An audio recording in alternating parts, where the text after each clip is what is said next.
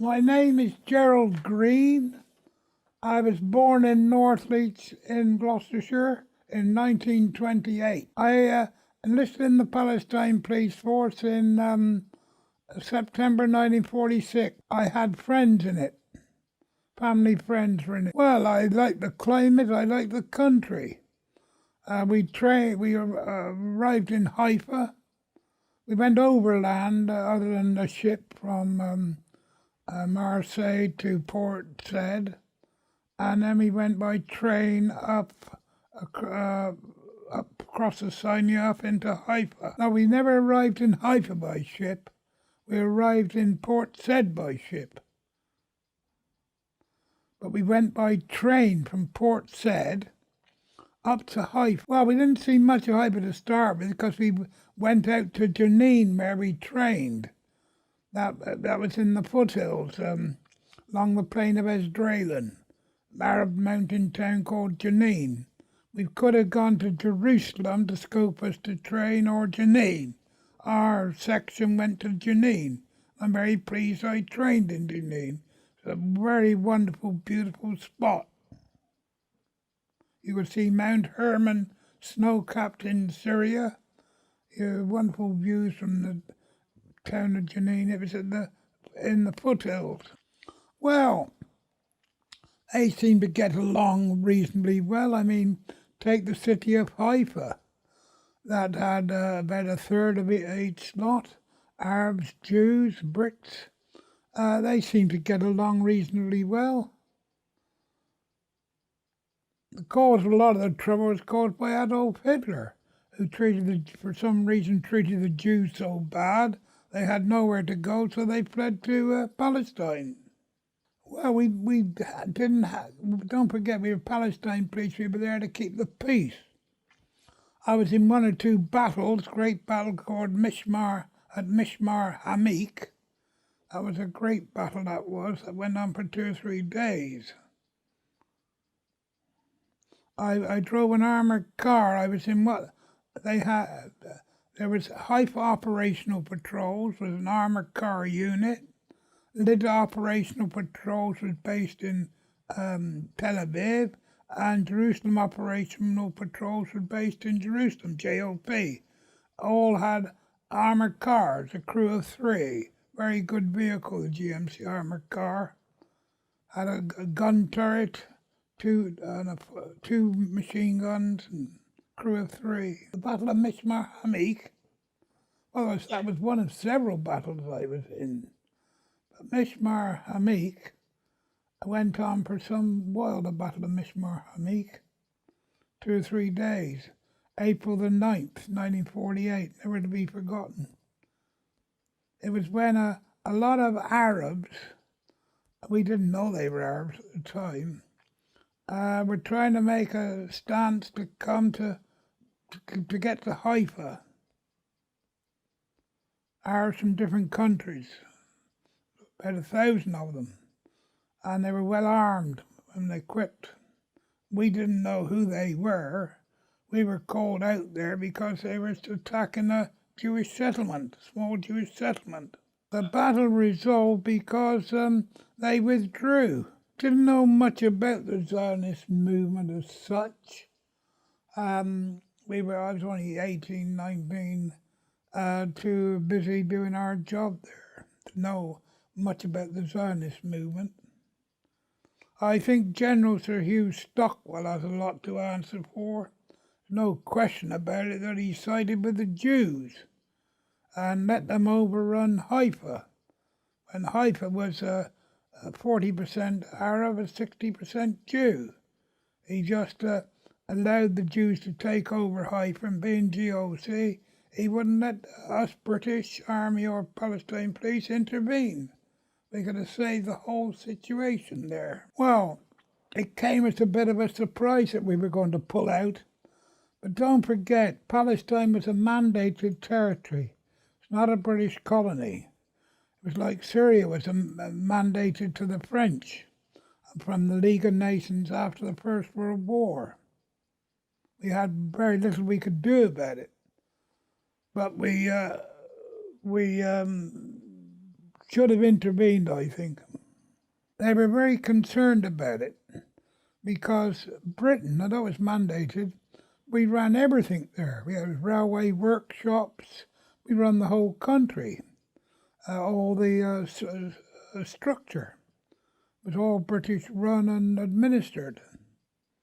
It was very efficient. I mean, they had in those days had driving license with photographs in them, which is we haven't got such a thing in England. And there was a lot of good things went on there. Yeah, I got wounded by the terrorists. And I've got a metal plate in my skull and a pin in my arm from serving out there, but I stayed on. I owe my life to an Arab surgeon who's still alive, Dr. Sami Huri. He worked at the government hospital in Haifa. He was Palestinian, and he saved my life. He was a neurosurgeon, and he's been in this very house here and stayed with me. He's still alive, Sami. Lives in Amman now. Well, they put a barrel bomb into our police station in Haifa. And the bomb went off and killed quite a few of my colleagues and wounded some of us. But I got better very quickly. And once you're in the Palestine Police Force, they didn't seem to want you to leave. We have people with one eye and one arm in the Palestine Police Force. They never wanted you to leave. Well, a barrel bomb is a bomb because our police headquarters in Haifa City had a fence round it.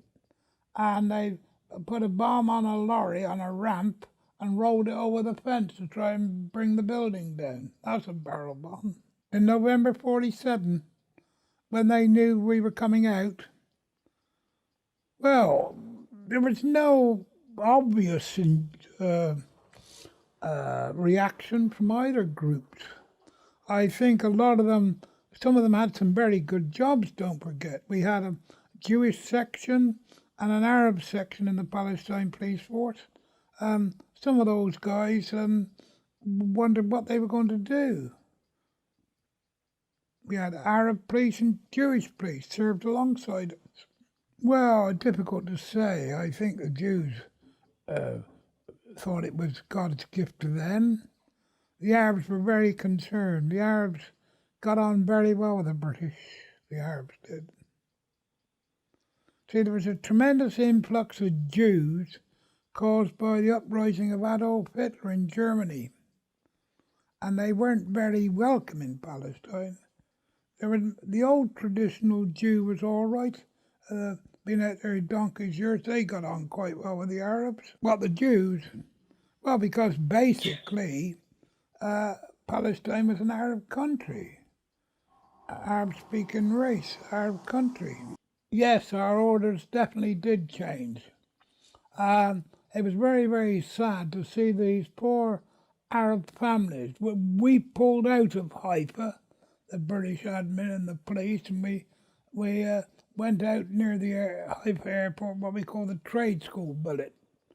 And we could see these poor old families, convoys of them, Arabs, cars and vehicles all going up to Lebanon. Very, very sad.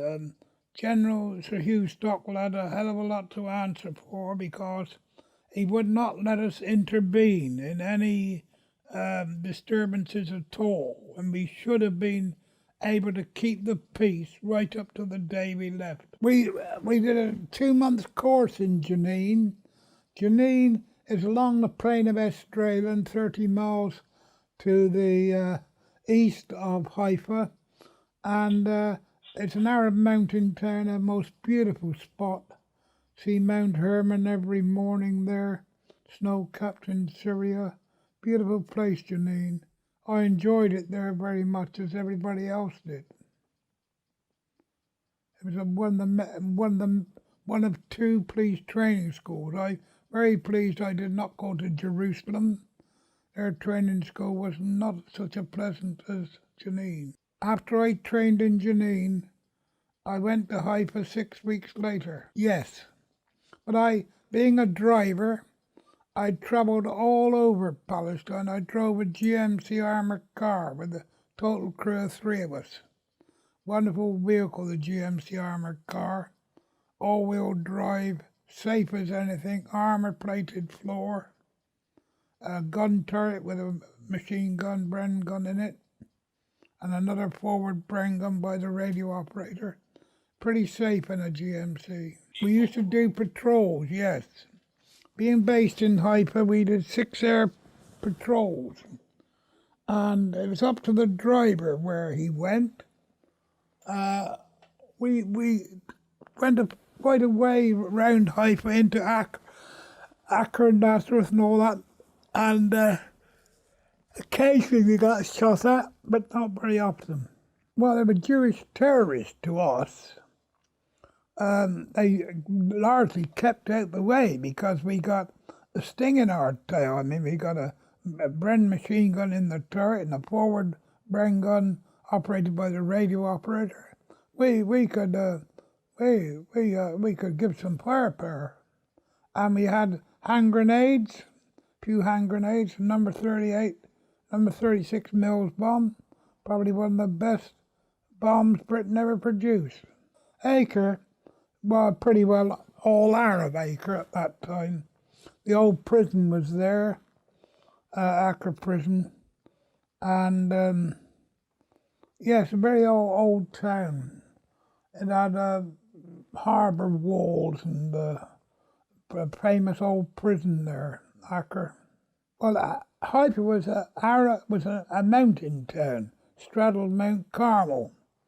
Very, very wealthy Jewish area on Mount Carmel and Hadar Carmel, which was halfway up the mountain.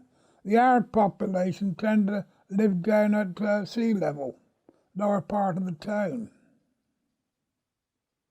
But don't forget, when we pulled out, we had Arab police and Jewish police. They lost their jobs, of course. Yes, there was a lot of shooting going, sniping, rifle fire, and bombs and things. It was quite an exciting time. But I counted myself very lucky being in an armoured driver, an armoured car, because we could get her out and see the damage and see what's going on. We had a free-handed drive wherever we like. Yes, quite a few. There was a bus company owned by the Arabs called the Egghead Bus Company. We used to have to escort some of their buses to Jewish settlements over the top of Mount Carmel. So otherwise they'd have been attacked. But I don't think it was collapsing because the administration of Haifa municipality was run by the Brits. In fact, when we left, they asked the surveyor to stay on, a British man, to run Haifa, which he did do. No, I don't think the economy was collapsing. Well, I don't know that the military did. I think they stayed down at Paklim, the army barracks there. I don't think that's quite true. We moved out to the trade school billet near the airport because we were coming to the end of Palestine. No, I don't. That's quite true. Well, a lot of things happened. I always remember when we moved out to the trade school billet near the airfield, we used to go to a part of Haifa city near there. There was a great famous Arab guy called Lufti. He had a 8-sided headdress thing. He was a mine of information. And he used to keep telling us there was going to be a big bomb, you see. And we were waiting for this big bomb to come. And what happened? They got up in Beirut, they got an articulated petrol tanker, took the end out and stuffed it with explosives. And they were going to bring it down into Haifa. Now, in Haifa, Carmel Avenue in Haifa, not Carmel Avenue, in Hadara Carmel, there are 2 streets on the side of the mountain run very close. And they got a picture house there, a cinema, massive great cinema. This big film was going to be on it. They were going to bring this lorry down and plonk it on the lower road beneath it and blow it up. Anyway, Lufty was telling us there was going to be this big bomb, and sure enough, we were about 2 miles out of the trade school, but one night when we heard this God Almighty explosion. And yes, the bomb didn't get to where it was intended. Some trigger-happy chap, Arab, in the village up the road towards Lebanon, they challenged this truck, and the driver panicked, put his foot down. They opened up with machine guns and blew the bloody truck up and half a dozen houses as well. But I got wounded. I got a plate in my skull. I owe my life to an Arab surgeon, Dr. Sami Huri, who's still alive. He's 93, 94, now lives in Amman. He put a plate in my skull, and he's remained a friend ever since. He's been in this house here. I've been staying with him in Amman. He set up the Palestine hospital in Amman after Palestine finished, and very well known. He became surgeon to King Hussein, late King Hussein. Yes, Sami. And his son is a neurosurgeon too. Yeah, but if you go to the Palestine hospital, they set up the Huri family. Dr. Sami Huri. He worked at the government hospital in Haifa, and he did such good work on me and some other Brits. The chief surgeon there brought him to England, and he qualified as a surgeon in England, because technically he shouldn't have touched me, because his qualifications didn't cover Europe. And when he went back, he couldn't get back to Palestine, so he worked in the refugee camps in Jordan. And one morning, the late King Hussein found him and said, "Well, you can't be here. We'll have to have a hospital. In Amman." So they set the hospital up in Amman, and he ran it. Well, we used to have patrols, 6-hour patrols, 2 armored cars on the clock all the time. It's a lot of sniping. I got a picture of a barrel bomb somewhere in my album. Yeah, there was a lot of you were shot at with tracer bullets.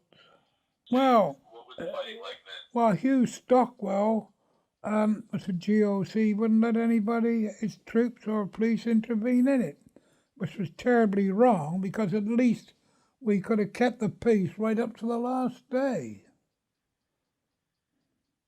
I think he was under the influence of the Israelis, General Hugh Stockwell. He got a lot to answer for. Well, you see these tracer bullets flying about all over the place at night, mainly at night it was. Well, the Arabs, they came, carloads of Arabs were fleeing Haifa city, going to Lebanon.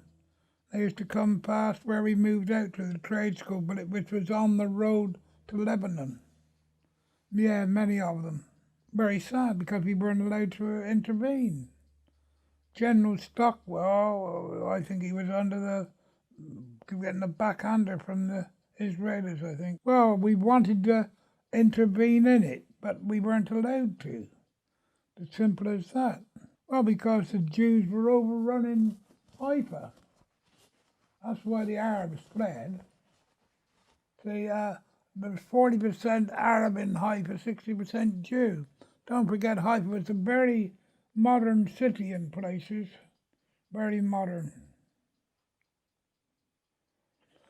A very modern What weapons and tactics did the Jews use to take over the city? What?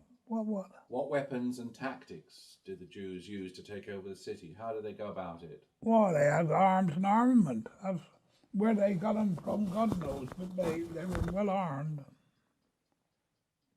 There was a gang called the Ergenswell Lumi and the Stern Gang. They were well armed. It was much quieter than it had been previously. Very much quieter. There was the Victor Koyat family, big Arabs, but they had American citizenship.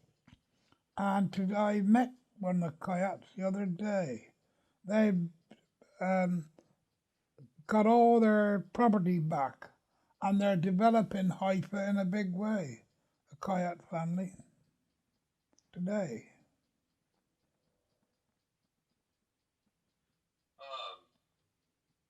Can you talk about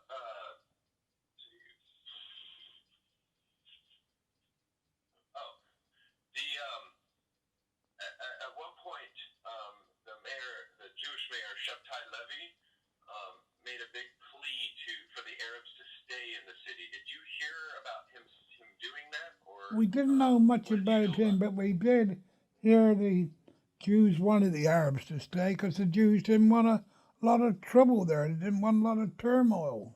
I have no knowledge of any loudspeaker trucks, no. Quite right, I've got photographs of that. There was the CRL refineries too. There was a very bad riot there.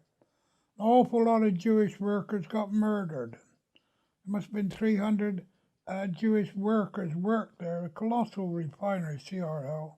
They were murdered. We got called out there. Terrible disaster. Well, I don't know all the facts, but there are a lot of Arabs worked there and a lot of Jews worked there, but the Arabs murdered these Jews. It was quite a terrible thing. Bodies all over the place. Yeah, but the CRL refineries, yes. We saw these bodies lying here, there, and everywhere. There was a revolt there, and the Arabs said about the Jewish workers. No, because the dock area you couldn't get into the dock area, you had to go through the gates. The dock area was pretty well a protected area because it had its own police station there and everything. No. One of the worst things that happened out there, I think, was all the vehicles we blew up before we left.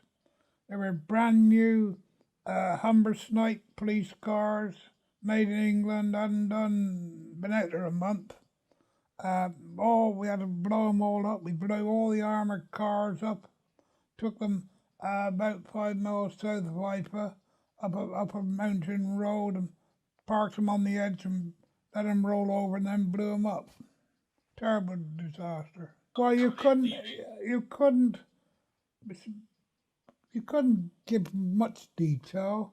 You'd see columns of people going, pushing things, and bicycles and cars, all heading out of Haifa towards Lebanon. Left Palestine,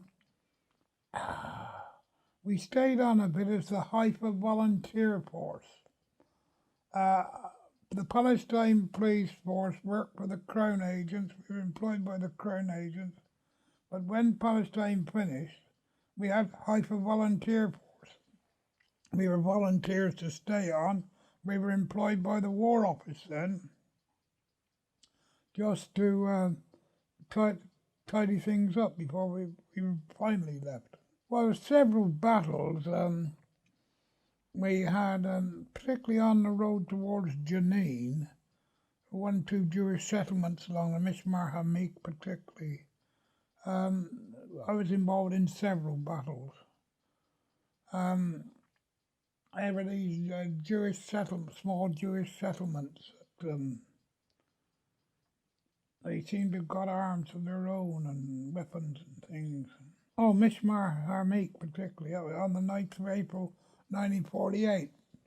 And on 9th of April 48, that was the day when the Jews killed everybody in that village near Jerusalem. I can't think what it was called now. Very famous. They destroyed the whole village of Arabs. You're right, absolutely right. Historical. That was on the 9th of April 48, while we were in the Battle of Mishmar Hamik. There was a very famous Arab leader, I can't think what his name was. Hell of a chap. Are you thinking of Abdel-Nour al-Husseini? That's the one. Oh, he was a force to be reckoned with. I think he got killed near Jerusalem, I believe. Is that right? Yeah, he was killed at Kastal, which is very close to Deir Yassin. That's right. But he was a force. He had a big following. He was a fighter, a freedom fighter. Well, we didn't quite know so much about him as when we came home, we read about him, if you follow what I mean. September 1947, the last week in September. I was rescued by an Arab taxi driver, and rushed to the Arab hospital where Dr. Sami Huri was. We used to have to escort the Arab fire engine. They had two fire engines in Haifa, the Jewish fire engine and the Arab. And he was a great driver of the Arab engine, Abdel-Nour. And we used to drive behind him. He used to drive like hell. That was amusing, that was. Well, they weren't supposed to use any weapons at all, because we were there to keep the peace. I suppose they used odd stuff. I think Jenin was nice, the Arab mountain town where we trained. You would see Mount Hermon snow-capped every morning, and the plain of Esdraelon, and 19 miles away Nazareth up on the hill there. Very pleasant memory, that. Could have gone to Malaya. I was offered a lot of jobs in colonial work, Malaya and that. Followed my father's profession, chartered surveyor. Same as my father. I've only once been back to Israel. I go to Jordan. Israel, well, for example, the police. Very scruffy lot. Smoke on duty. You go to Jordan, there's still the British sort of influence there. Nicely dressed, pleased to meet you and all that sort of stuff. But not in Israel. Israel wants your money, but they don't want you. That's what it boils down to. But they're spoiling the country, sadly. They need planning laws brought in, town and country planning laws. They're apt to build anywhere. I mean, it's very, very bad. I've enjoyed this. Good. Thanks for coming.